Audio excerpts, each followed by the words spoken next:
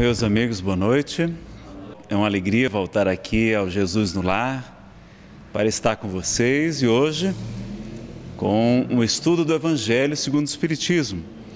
Nós falaremos sobre o capítulo 26, o dom de curar, falaremos sobre as preces pagas, sobre os vendilhões ou vendedores do templo e é um capítulo curtinho do Evangelho segundo o Espiritismo e a gente vai então fazer os comentários que a gente achar cabíveis dentro do tempo que a gente expõe. Precisaríamos de um seminário, Cada capítulo do Evangelho traz tantas reflexões. Allan Kardec, com a sua inteligência, com o seu caráter, com a sua sintonia com os espíritos superiores, sempre sobre trazer, foi sem dúvida alguma um dos maiores intérpretes do Evangelho de Jesus.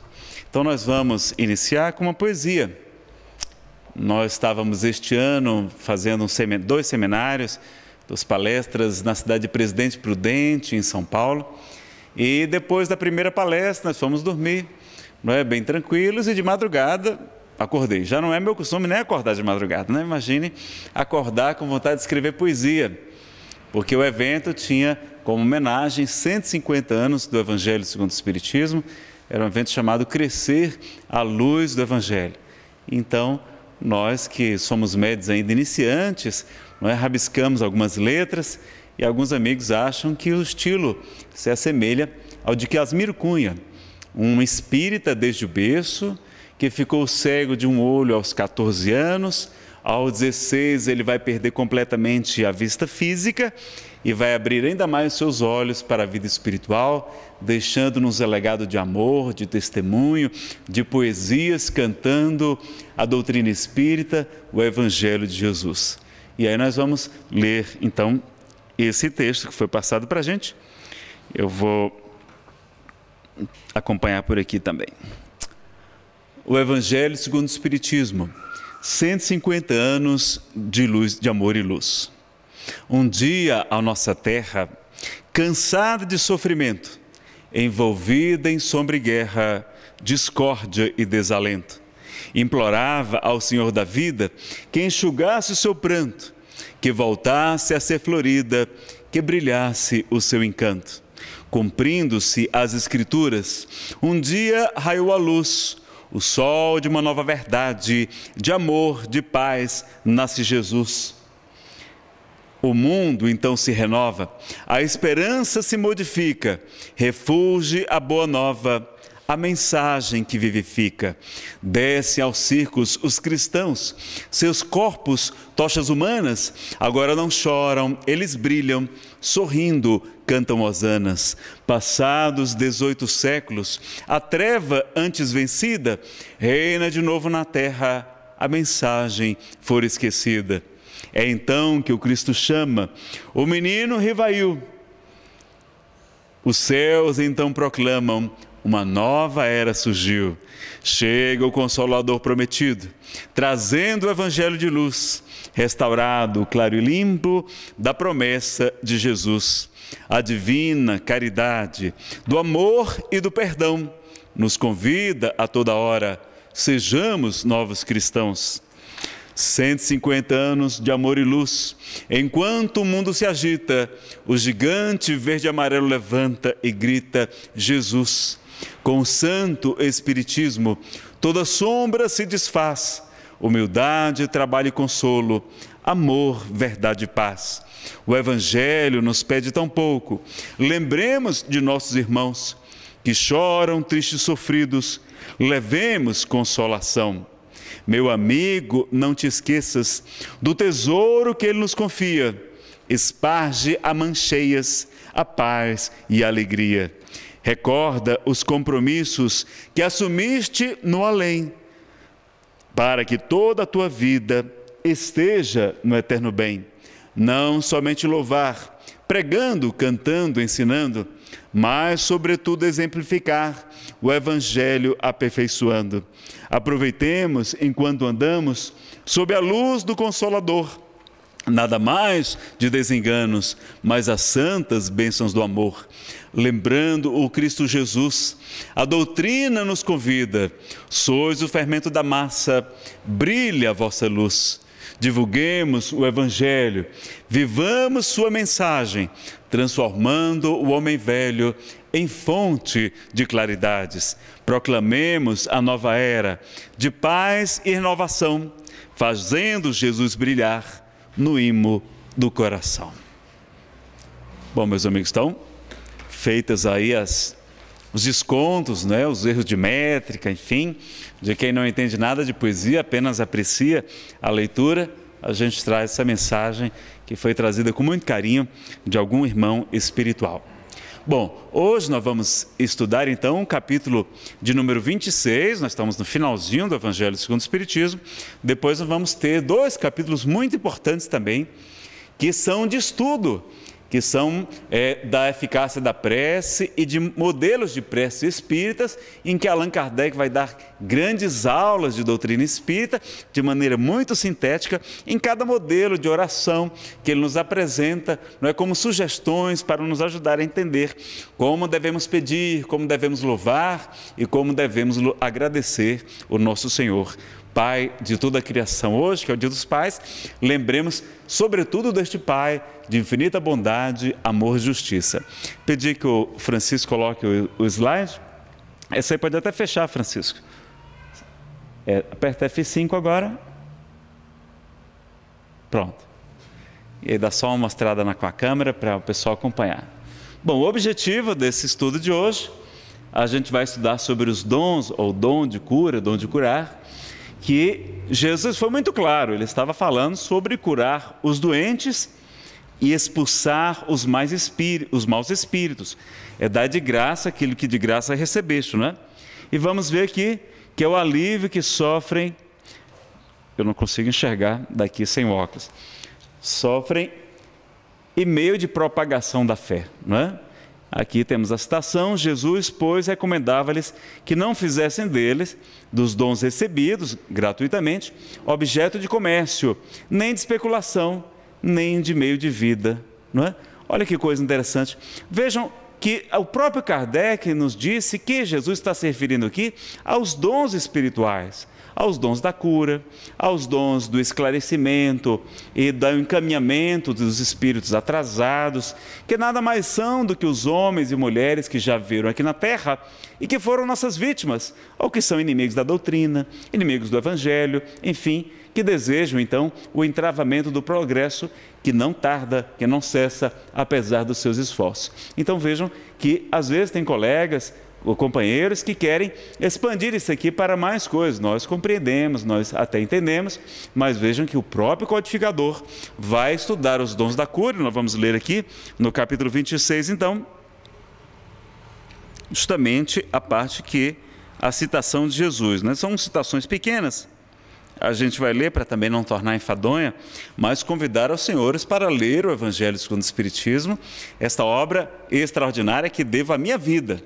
Teria me suicidado sofrendo de depressão, de uma quebra financeira da empresa que meu pai houvera colocado para seus filhos, e nós tivemos um sofrimento muito grande. Foi graças ao Livro dos Espíritos, ao Evangelho segundo o Espiritismo, obras que eu não conhecia, que me trouxeram a fé de volta. Eu fui ateu durante 12 anos, e agradeço então a amiga depressão, a amiga quebra financeira, que me ajudou a despertar do gigantesco orgulho, do grande egoísmo, da vaidade intelectual que ainda trazemos, não é?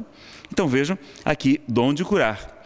E Kardec sempre cita um trecho do Evangelho tradicional, depois ele vai fazer um comentário e depois ele vai trazer psicografias chamadas Instruções dos Espíritos em cada capítulo do Evangelho segundo o Espiritismo. Então ele vai citar Mateus 10, 8, restituir a saúde aos doentes, ressuscitai os mortos, curai os leprosos, expulsai os demônios, dai de graça o que de graça recebestes. Vejam que, primeiro ponto, para quem ele estava falando? Para os apóstolos, que ele já tinha orientado de como deveriam proceder em relação às curas, em relação à exortação dos espíritos maus, não é? E ele havia escolhido homens que eram médiuns. Os apóstolos eram médiuns, eram doadores de efeitos de fluidos, de efeitos físicos, enfim, não é? Propagaram uma série de questões e verdadeiros, entre aspas, milagres, graças à orientação do mestre e aos dons espirituais que receberam, que a gente sabe que a mediunidade não quer dizer que a pessoa seja santa, não é? É apenas uma faculdade, como a inteligência, como a saúde, que Deus concede indistintamente para uns e outros, e aquilo tem o objetivo de ser nossa prova, pode nos ajudar no nosso adiantamento, ou pode ser também, não é o motivo da gente se atrapalhar. Por isso que é importante a gente considerar também a mediunidade como oportunidade, como bênção, mas também como prova. Perguntava a Chico Xavier qual era a sua maior alegria, e ele dizia que a minha maior alegria é ser médium. Um paradoxo para mim, porque eu vejo tantos companheiros, não é, com essa faculdade abençoada, lutando contra, renegando, abjurando a mediunidade que Jesus nos concede, como se fosse algo ruim, quando em verdade é um instrumento para conquistarmos amigos no mundo espiritual. Bezerra de Menezes retorna à Pátria Maior e vai perceber milhares de vozes cantando o seu nome, homenageando, agradecendo aquele que fora não só os médicos dos pobres aqui na terra, mas que fora também doutrinador, esclarecedor dos espíritos atrasados, auxiliando muitas famílias espirituais, muitas entidades sofredoras, não é? Aquelas pessoas anônimas que ele auxiliou sem perguntar o nome. Então ele era esclarecedor, veja, era médio de esclarecimento, não é? E a gente, como médio de apoio, médio de sustentação, médium ostensivo, vamos poder conquistar muitos amigos também no mundo espiritual. Mas tem gente que chega no centro espírita, né, perguntando: Nazareno, não tem um jeito de tirar isso de mim, não? Não é? O pessoal tem uma certa reserva, não é, com a questão da mediunidade. Então ele vai estudar aqui o dom de cura, não é? Kardec nos fala que não podemos curar, e ele vai dizer aqui: ora, o que eles haviam recebido gratuitamente era o quê? Era a faculdade de curar os doentes e de expulsar os demônios. Então o slide foi muito feliz ali, é um slide que vocês encontram na internet, é o Evangelho segundo o Espiritismo em slides, tem todo o Evangelho, não é? Assim, um resumo bem conciso das aulas, com os objetivos, para vocês baixarem gratuitamente. O autor disponibiliza e está também no site palestrasespíritas.blogspot.com.br, vocês podem baixar de lá, não é? Então ele vai dizer que o que deu de graça foram, então, a faculdade de curar os enfermos e de expulsar os demônios, não é? E pede para darmos isso gratuitamente, não é para que o alívio dos que sofrem e para ajudar na propagação da fé. Jesus recomendava que disso não fizesse dele objeto de comércio, nem de especulação, nem de meio de vida. Então, Kardec é muito feliz com a sua inteligência, com o seu raciocínio, vai explicar, porque há companheiros que criticam até a venda, por exemplo, de livros espíritas. Ora, mas o livro a gente adquire, não é? Com custo. Nós estamos ajudando as distribuidoras, ajudando as instituições beneficentes, que têm trabalhos maravilhosos na área social e na área da propagação e da divulgação da doutrina espírita, e quando oferecemos ao público, estamos também obtendo renda para ajudar a manutenção das casas espíritas. É a única religião, entre aspas, né? É no sentido mais amplo da palavra, que nós devemos entender assim, porque no seu sentido estrito o Espiritismo não é religião propriamente dita, ele não tem hierarquia sacerdotal, não tem liturgias, não tem culto exterior, enfim, não tem nada, inclusive não tem dízimo. Então aqui a gente não vai ser jamais compelido, né, a pagar 10% do que ganha, como os nossos irmãos de outras religiões que nós respeitamos. Jesus não criticou o dízimo.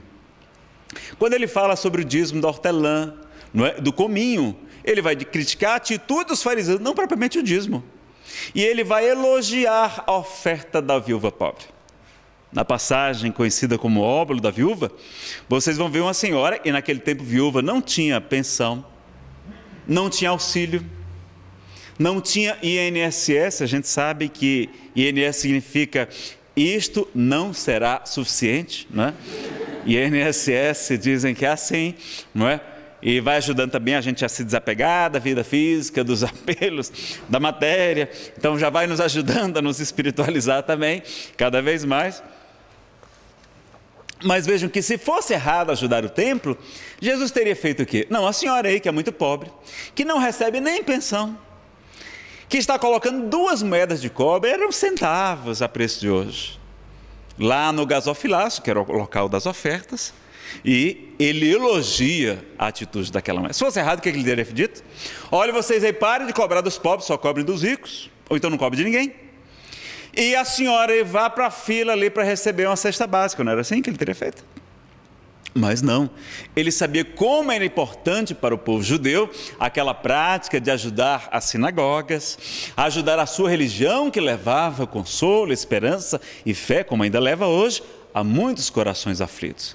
Então ele elogia, e muitas pessoas ajudavam com suas posses. Está lá em Lucas capítulo 8, as pessoas ricas como Maria Madalena, Joana de Cusa, Susana, entre outras, mulheres mais ricas, pessoas que ajudavam, que davam dinheiro para que Jesus pudesse realizar o seu trabalho. Ele estava ali com aquela turma, caminhando, eles não tinham recursos, então tinham que se hospedar na casa da sogra de Pedro, né, que inclusive morava com a sua sogra, não é? Fazia essa grande caridade. Olha que maravilha, a gente também auxiliar, por isso que ele era um espírito elevado, Pedro, sim, não é? Para aguentar a sogra tem que ser um espírito brincando, né, pessoal? Minha sogra é maravilhosa e a sogra da minha esposa, então essa é que é fantástica, né?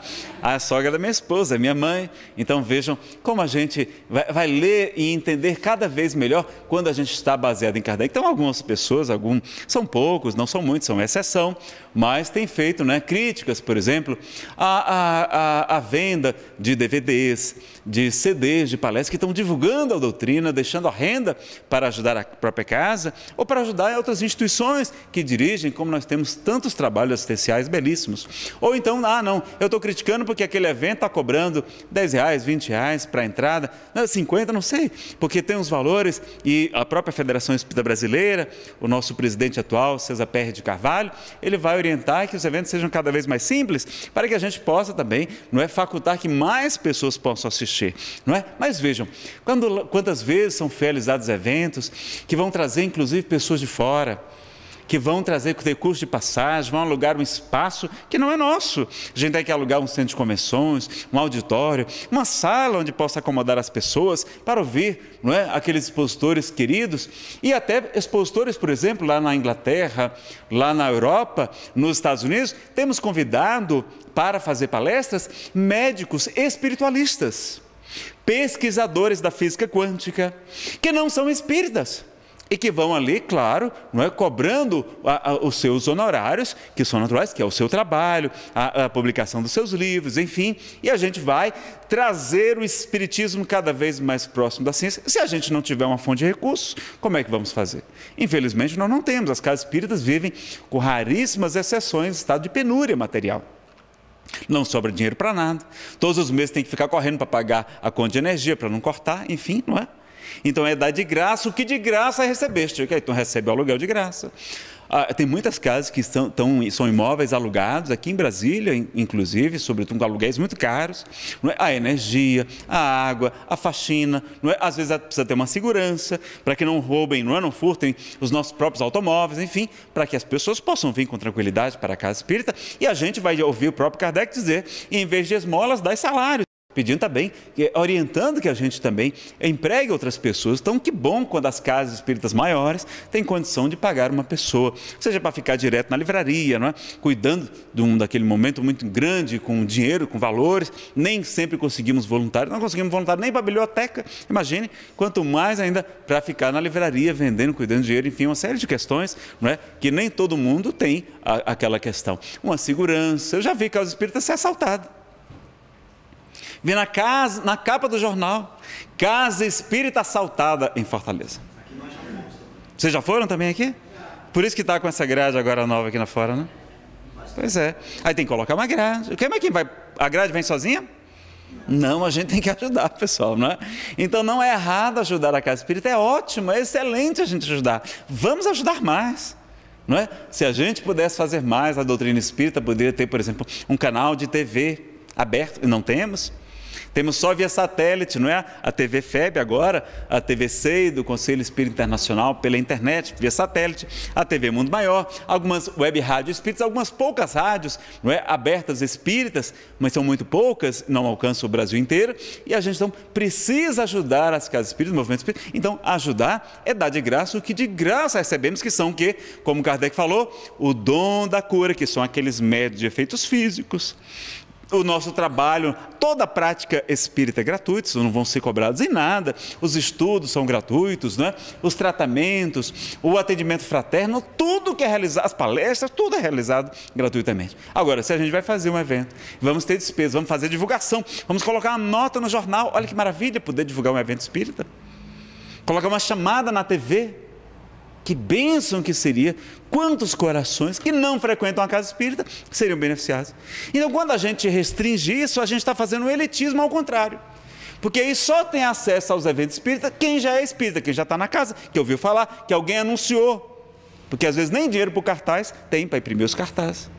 A gente está fazendo ao contrário. Quando a mensagem de Jesus pede para a gente colocar a candeia sobre o velador, não é? Sobre a lâmpada, para que ela ilumine cada vez mais. Então, vamos ajudar também a doutrina e entender realmente que às vezes a gente se atrapalha com essas interpretações e criticamos, às vezes, não é, sem talvez conhecer o fruto, né? E o fruto é muito bom, o fruto da divulgação espírita, então devemos ajudar sim também. E aqueles, e quando se diz também que vai ter um evento, assim, olha, não, só vai se salvar quem for para o evento tal pagando R$50. Não, nunca se diz isso, né? Pelo contrário, é mais uma opção que a gente oferece. Olha, vai ter um evento com fulano de tal, em tal lugar, e a gente vai abrir para o público leigo que morre de medo de entrar no centro espírita. Acha que chegar aqui vai ver um espírito, ou vai ver uma reunião mediúnica, como era antigamente.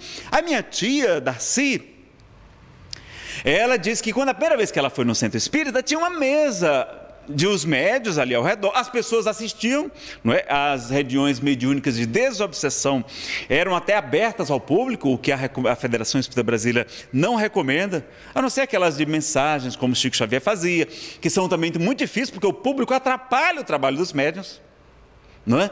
Com os seus pensamentos, com as suas influências. Então é importante, é bom que sejam preferencialmente privativas, como está lá na orientação ao centro espírita. A FEB jamais impõe, sempre propõe aos estudos que nós fazemos, não é? nessa seara inteira, e devemos ajudar também. Então a minha tia chegou, e quando entrou no centro espírita, aquela coisa no escuro, penumbra, e quando foi pelas tantas, um dos médios bateu na mesa assim, pá, eu vou matar. E aí diz que levantou, aí diz que foi aquele correria, todo mundo saindo correndo, aquele desespero, ela mesma saiu correndo, nunca mais voltou. Então vejam a ideia que as pessoas têm de um centro espírita, não é? E aí até Marcel Mariano brinca que esse negócio de reunião mediúnica aberta é complicado, porque um dia estava lá na reunião mediúnica, ele assistindo, né? Depois ele conversou com o orientador para tentar levar um esclarecimento, e aí diz que uma das médias estava lá e entrou um cachorro. O cachorro estava pela rua, viu a porta aberta, entrou. E aí começou a passar por baixo da mesa. E quando encostou nas pernas da médium, ela estava tentando sintonizar com o espírito. Por aí não, meu irmão, por aí não, meu irmão. Vejam, a gente faz uma brincadeira para descontrair, mas vejam até essa questão, que é uma questão simples, não é? De ter um ambiente preservado, a tranquilidade. Entra bichos, entra morcegos, às vezes na reunião mediúnica, enfim, borboletas, a gente tem que tomar esse cuidado quando a gente vai então preservar a própria tranquilidade, a serenidade dos médios para o trabalho mediúnico. Eu não ia falar isso não, mas os espíritos insistiram aqui, veio a intuição duas vezes, não, se estão falando, vamos colocar então aqui para o público, para espantar o sono, não é? Bom, meus amigos, então agora vamos falar sobre o outro item, que são as preces pagas. Vamos ver, você está aqui? Então, pedir para o Francisco ir lá. Então, a ordem do Cristo é exercite o uso dos dons gratuitamente, recebendo, mas gratuitamente também ofertando, não é? Então dá de graça tudo aquilo que gratuitamente houver recebido. Mateus 10, 8. E nas preces pagas? Então, o que se pretende pagar, não é? As palavras? Aí Kardec vai comentar que Deus não mede as suas graças pelo número das palavras, não é? A gente vai pagar o quê? O fervor daquela pessoa que tem mais fé às vezes do que a gente? qual o fervor de quem ora por dinheiro ou de quem paga? Né? Então, a pessoa que ora nem conhece o doente, o enfermo, o desencarnado. E quem paga, às vezes, não quer ter o trabalho. Não, eu vou pagar aqui para alguém. Antigamente tinha até gente que pagava para chorar nos enterros, né? Como é que chamava aquelas senhoras? Viúvas carpedeiras. As viúvas carpedeiras, que eram pagas para quando chegaram no enterro, ter muita gente chorando pelo morto. Para mostrar que o morto era uma pessoa boa. Olha, que ponto chegamos. Isso existiu e talvez ainda exista hoje, não é? Então, qual é a fé dessas pessoas que choram lá pelo desencarnado, não é? Então, vejam, a que ponto a gente chega. Na época de Kardec ainda existia muito. Pessoas que cobravam para receber preces. Né? Então, às vezes, alguns templos, alguns sacerdotes mal orientados, né, também tinham essa colocação. Então, a gente impor, não, olha, você tem que passar aqui, você tem que passar por tal iniciação, tem que ser batizado, senão seu filho vai ficar no limbo. A própria igreja modificou isso. Não tem mais essa história de que criança batizada não vai ficar no limbo. Que conversa é essa? Não é filho de Deus?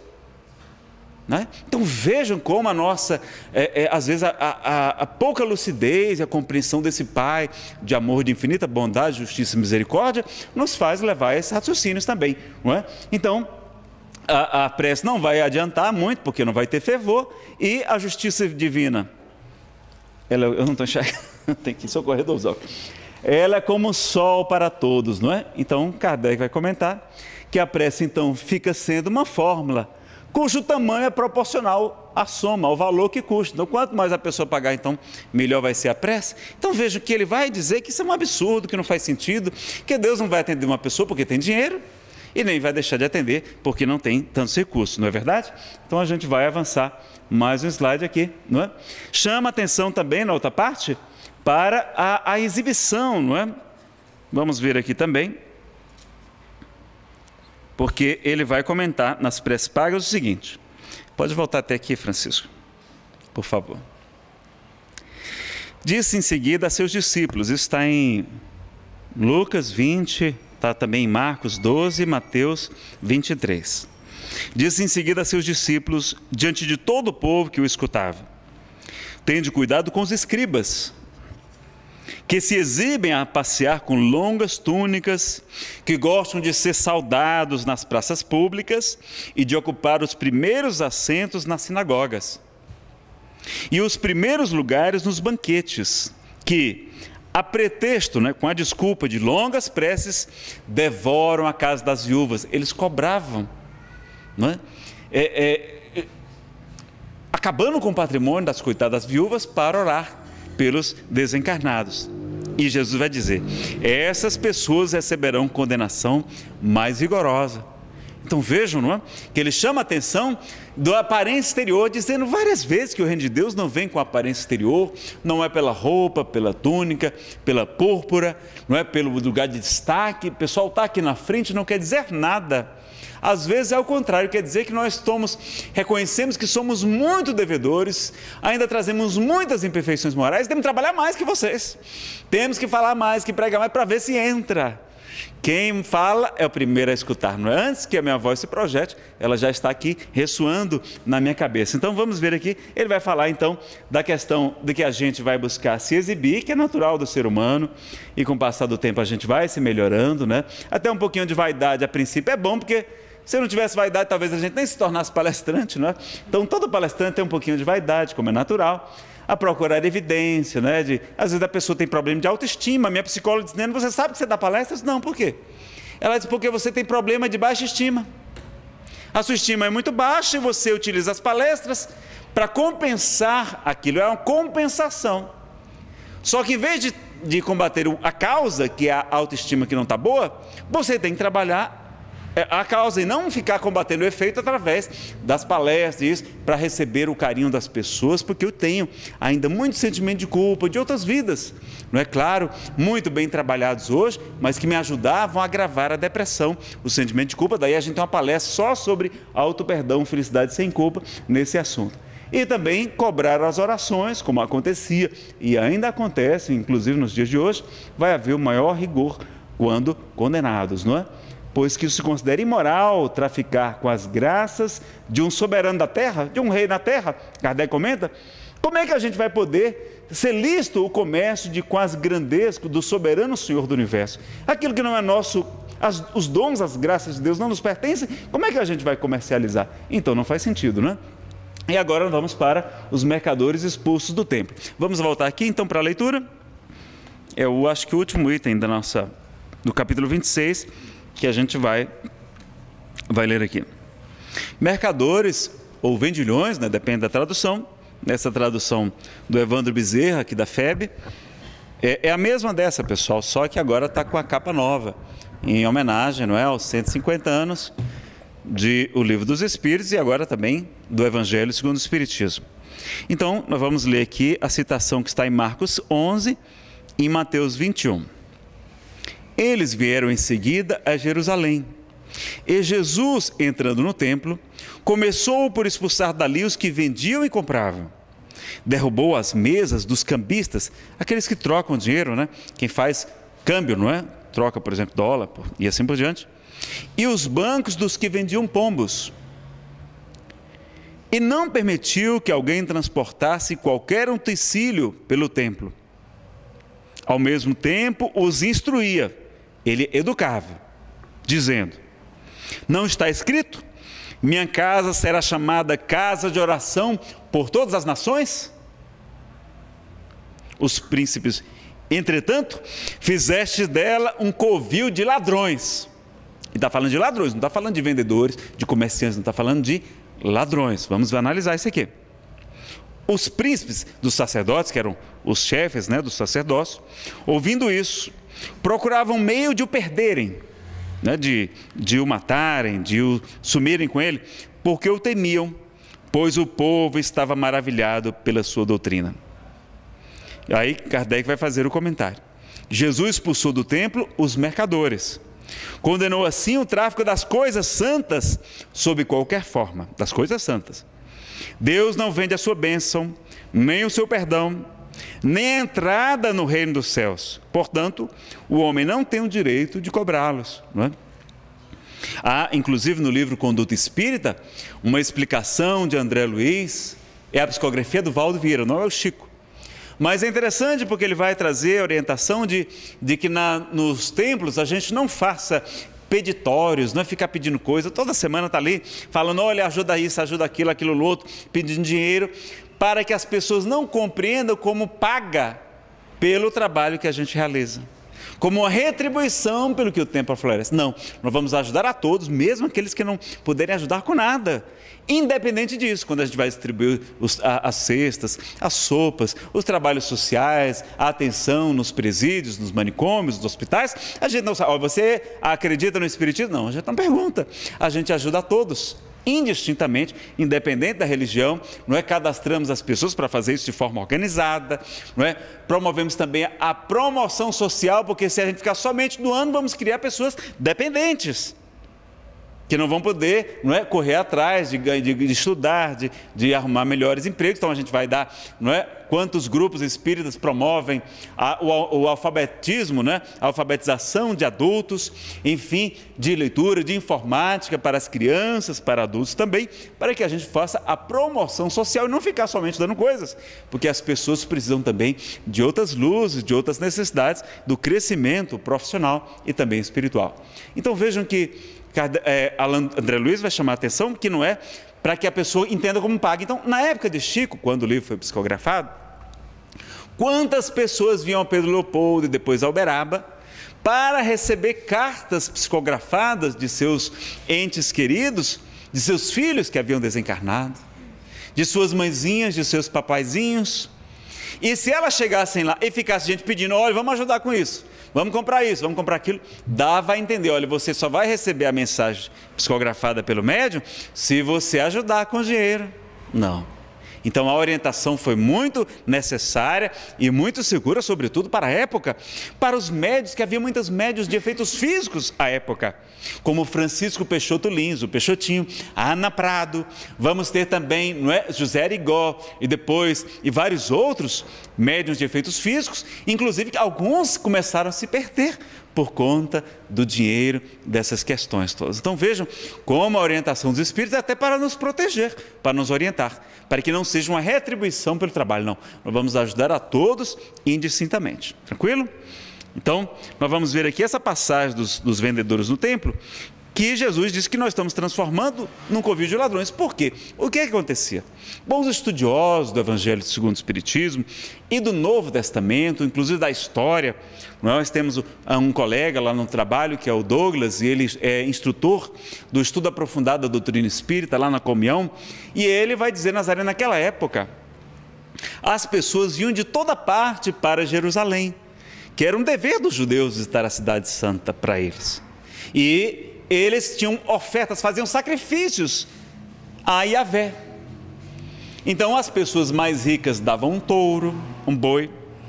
Os classe média boa davam um carneiro, um cordeiro.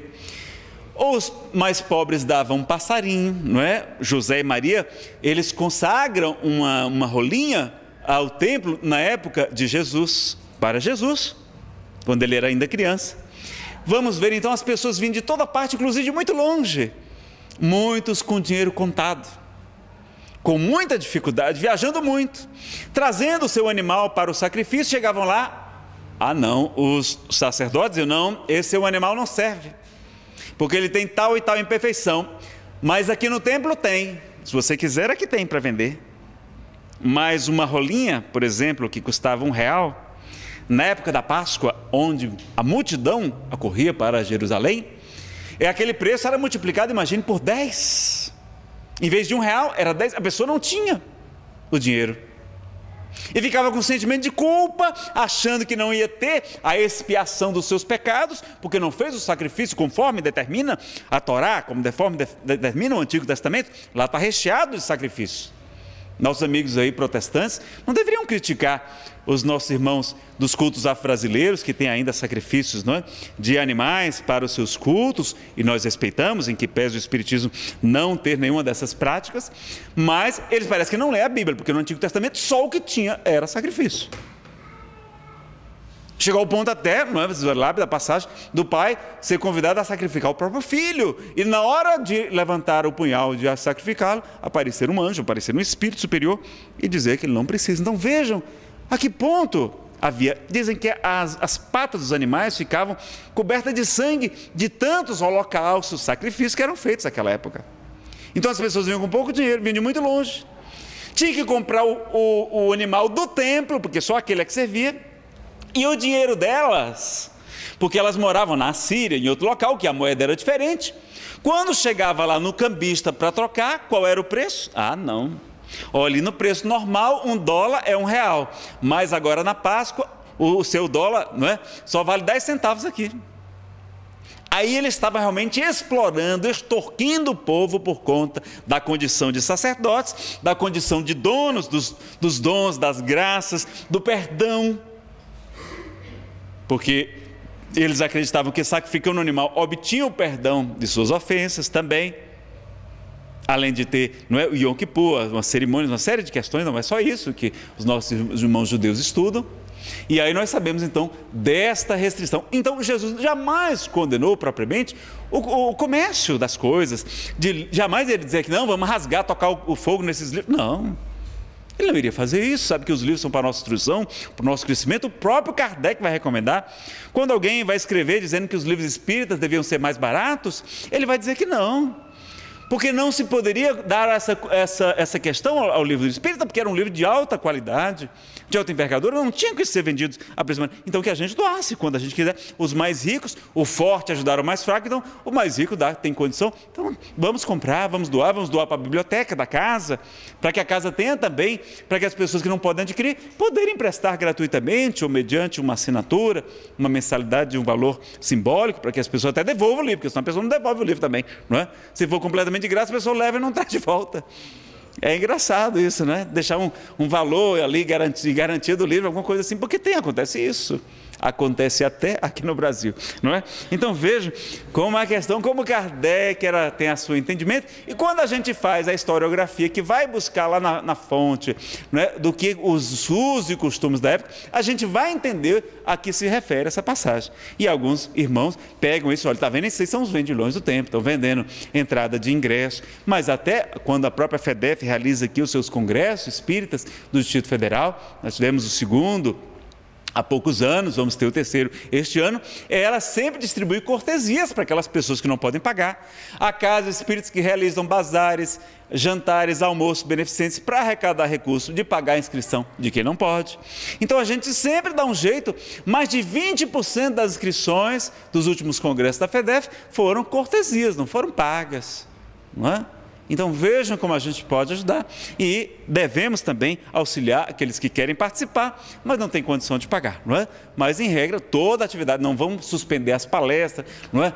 Não, agora não vai ter mais palestra, só pode entrar na palestra quem pagar. Não, não é isso. Mas nos eventos que a gente aluga, para divulgar ainda mais a doutrina para quem não tem acesso, quem tem medo de chegar lá na mesa e alguém bater a mão e sair correndo, a gente vai, então, ver isso. Então veja aqui, então os mercadores foram expulsos do templo, então de Deus não se vende a sua bênção. O que é que Kardec fala?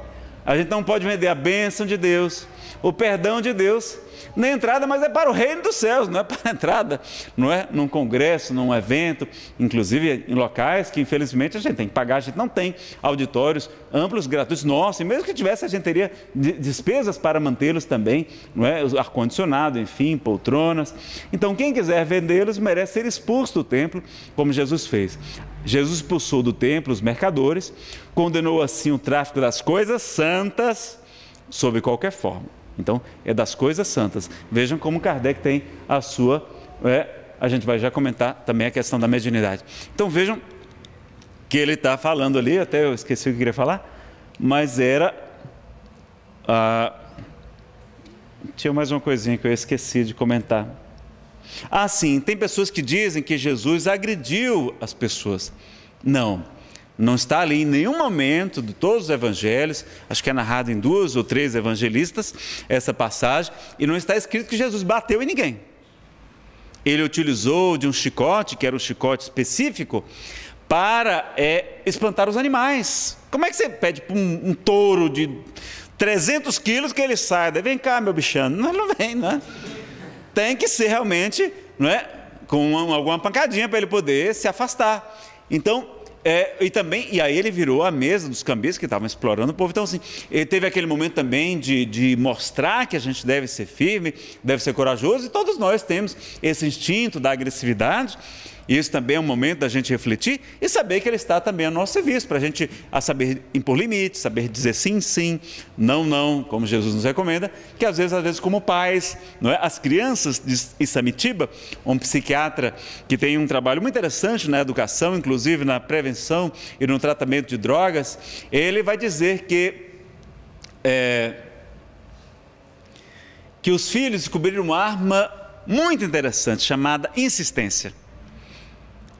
E descobriram que os pais têm uma fragilidade, têm um ponto fraco muito também fácil, chamado impaciência. Então o filho fica pedindo, pai, você deixa, pede 50 vezes. Aí lá na 50ª, o pai já não aguenta mais, vai lá, faça o que você quer.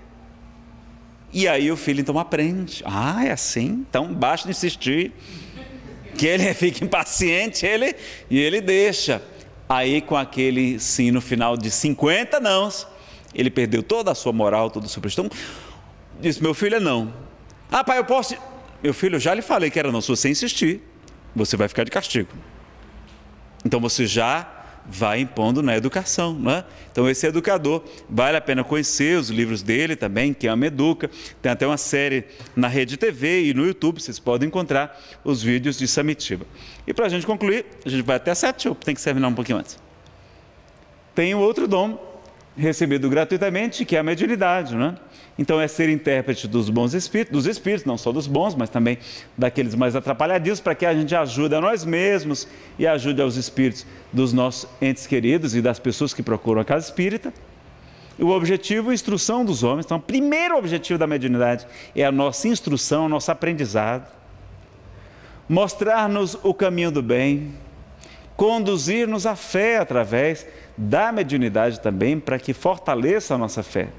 Então Kardec vai comentar que os médiuns atuais igualmente receberam de Deus um dom gratuito, o dom de ser intérprete dos espíritos. Então médium tem que trabalhar gratuitamente, é isso que o Espiritismo orienta. Há médiuns não espíritas, há médiuns que cobram, não é?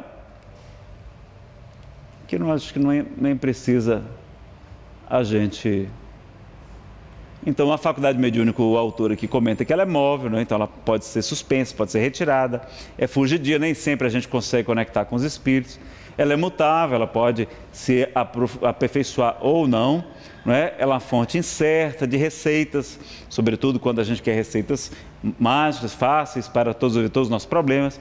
Pode faltar no momento exato, não é propriedade como o talento, não é? Adquirido estudo, por exemplo, pelo trabalho, não. A mediunidade não é propriedade nossa. E Kardec vai comentar que a mediunidade séria não poderá ser e não será nunca uma profissão.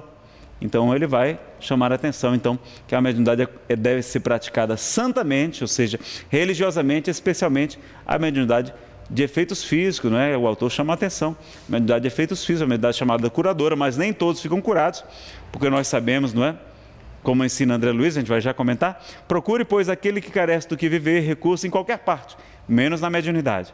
Não lhe consagre se assim for preciso, senão tempo de que materialmente possa dispor. Então, Kardec pede até, olha, que os médicos só trabalhem o que eles derem conta, se eles tiverem outras atividades, não, mas que não faça da mediunidade nada para ganhar dinheiro, para cobrar, para isso, não é? E não é cobrar só dinheiro, a gente sabe que tem prestígio, tem o vício dos cargos, a gente tem uma série de questões, como nós comentamos aqui, até da autoestima. Então a gente verificar, utilizar a mediunidade pelo bem, pela abnegação, pelo desinteresse pessoal em favor dos nossos irmãos encarnados e aqueles que se encontram no mundo espiritual, né? A gente comentou ali da doença. Por que nem todos vão ficar curados? E não é só na doutrina espírita, tem curas no catolicismo, na igreja protestante, nos nossos irmãos budistas, em toda parte. Até entre ateus, por quê? Porque Deus cuida de seus filhos. Mas é porque a doença vai muitas vezes ser um dreno, ajudando a colocarmos para fora muitas imperfeições, muitas desarmonias que nós trazemos no nosso corpo espiritual. No livro Entre a Terra e o Céu, o Espírito André Luiz vai dizer que o corpo físico, a encarnação, é como se fosse um carvão milagroso, ajudando a gente, não é, a drenar no corpo físico, a absorver todas aquelas imperfeições que nós trazemos no perispírito, no corpo espiritual. Daí porque às vezes a doença já é o nosso próprio tratamento. A gente quer ficar curado, mas às vezes a doença vem para impedir uma queda moral, a gente quebra o pé, fica engessado, não sabe. Ali era para impedir uma bobagem muito grande que a gente ia fazer. Uma enfermidade que a gente passa, a gente acha, não é, que é por acaso, que não, às vezes tudo tem o seu propósito. Ou então é para nos ajudar a nos reeducar, então a gente vem, não é, com o estômago mais sensível nessa encarnação. Por quê? Porque talvez tenhamos abusado em outras vidas, dos excessos da alimentação, dos alcoólicos, enfim, não é? Fazendo com que o nosso organismo, nesta vida física, seja mais do que sensível. Se você abusar um pouquinho, ele já avisa, mostrando que a gente precisa ter um controle, uma disciplina diferenciados, não é? Então a doença também serve para nos reeducar, e também como prova para ajudar a gente a crescer, a nos ajudar, como uma experiência também para provar a nossa fé e para nos fazer despertar para o amor, aquele sobretudo que estamos distante ainda de Deus. Então, meus amigos, a gente conclui isso e gostaria apenas de fazer um convite para você. Para você é da internet, se der tempo, mas nós vamos ter ainda mais 7 audiências públicas e vai realizar-se amanhã, segunda-feira, a partir das 9 da manhã, no plenário número 2, da ala 2 da ala Nilo Coelho, no Senado Federal. Haverá uma audiência pública para tratar da legalização da maconha em nosso país. E o relator é o senador Cristóvão Buarque. Nós temos que orar muito por ele, pedir que Deus o ilumine, o abençoe, porque 20 mil pessoas pela internet, ou internautas, ninguém sabe exatamente, às vezes são programas, são pessoas clicando ao mesmo tempo, mas pediram para que o Senado, o Congresso, analisasse um projeto de lei para regular não só o uso medicinal, que nós não temos nada contra, o uso de alguns componentes da maconha, não a maconha, mas o componente canabidiol, o próprio THC, ele pode ser curativo, ajudar algumas enfermidades, apesar que há remédios muito melhores, enfim, mas nada contra a pesquisa científica, mas também o uso chamado recreativo, como se fosse um recreio, a gente experimenta uma droga que produz dependência, que reduz o QI, que aumenta o surto de esquizofrenia, que aumenta o surto de ansiedade, de depressão, de uma série de enfermidades, é muito mais prejudicial do que o cigarro na questão do câncer, provoca esterilidade, câncer nos testículos, uma série de enfermidades, além dos cânceres associados à fumaça, não é? Entre outras questões, tem muito mais alcatrão do que o cigarro tradicional, que já é também uma droga horrível, e é porque a outra é lícito, que o outro é vendido, como é o álcool, aí não, vamos colocar essa também aqui para ser vendida licitamente. Então, a Federação Espírita do Distrito Federal soltou uma nota pública dizendo que é contra a legalização da maconha no nosso Brasil, com base nos itens expostos, e eu vou convidar os senhores a procurar na internet o manifesto da Associação Brasileira de Psiquiatria. Lá eles elencaram uma série de itens mostrando os porquês científicos, não é? E sociais, mostrando que o Brasil não está pronto para uma legalização de uma droga dessa, nem rede de saúde a gente tem para atender os próprios, hoje, dependentes, que imagine aumentando a oferta e, normalmente, com isso, o aumento do consumo. Então, aqueles que puderem participar pessoalmente, 9 horas da manhã, lá no auditório, puder levar uma cartolina, um cartaz, eu vou estar levando alguns também, nós estaremos lá, junto com o Movimento Brasil Sem Drogas, a Estação da Luz, vamos estar lá com vários companheiros, ajudando a defender a vida, e também mostrando que o Brasil, 75% da população é contra a legalização das drogas. Então, a gente convida aqueles que puderem participar e aqueles que não puderem acessar o site, o portal E-Cidadania do Senado, já está disponível agora. Você que está assistindo esse vídeo pode procurar lá e postar seu comentário, não precisa ser só no dia da audiência, no dia da audiência é para assistir pela internet. Você posta lá o seu comentário, não é? Dizendo que a sua opinião a respeito da legalização da maconha é a sugestão número 8 de 2014, do Senado Federal. Você pode ligar também para o telefone 0800 61 2211, 0800 61 2211 e dizer a sua opinião sobre aquele projeto, manifestar-se, como nós temos o direito democrático de assim nos manifestar. Porque se há alguns e há muitos interesses econômicos, não é, para a legalização da maconha, há muitos outros que temos um entendimento diferente e que vamos e temos o dever de também de mostrar a nossa cidadania e também nas eleições a gente verificar quais são os candidatos que têm a melhor orientação, quais os partidos, por exemplo, que têm orientação a favor da legalização do aborto no Brasil. Tem partidos que têm no seu programa de governo a legalização do aborto no Brasil. Então vamos verificar se esta é a melhor ou não é a melhor opção para o nosso país, né? Vamos convidar vocês a todos a essa reflexão, tá bom? E encerramos então com uma poesia do querido Casimiro Cunha, mas agora pelas mãos abençoadas do apóstolo Francisco Cândido Xavier, a supremacia da caridade. A fé é a força potente que desponta na alma crente, elevando-a aos altos céus. Ela é chama abrasadora, reluzente e redentora, que nos eleva até Deus. A esperança é flor virente, alva estrela resplendente, que ilumina os corações, que conduz as criaturas às almejadas venturas, entre célicos clarões. A caridade é o amor, é o sol que nosso Senhor fez raiar claro e fecundo, alegrando nesta vida a existência dolorida dos que sofrem neste mundo.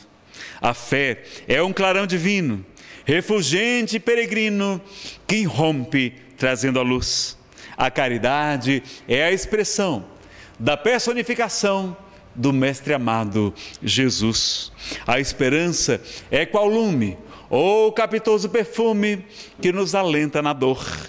A caridade é uma aurora que resplende a toda hora, nada empana o seu fulgor. Seja, pois, abençoada essa fúlgida alvorada a raiar eternamente. Caridade salvadora, pura bênção redentora do Senhor onipotente. Então, que possamos ter essa graça, essa alegria de estarmos desse lado, ajudando, realizando a caridade para todos os nossos irmãos, dando de graça aquilo que de graça recebemos.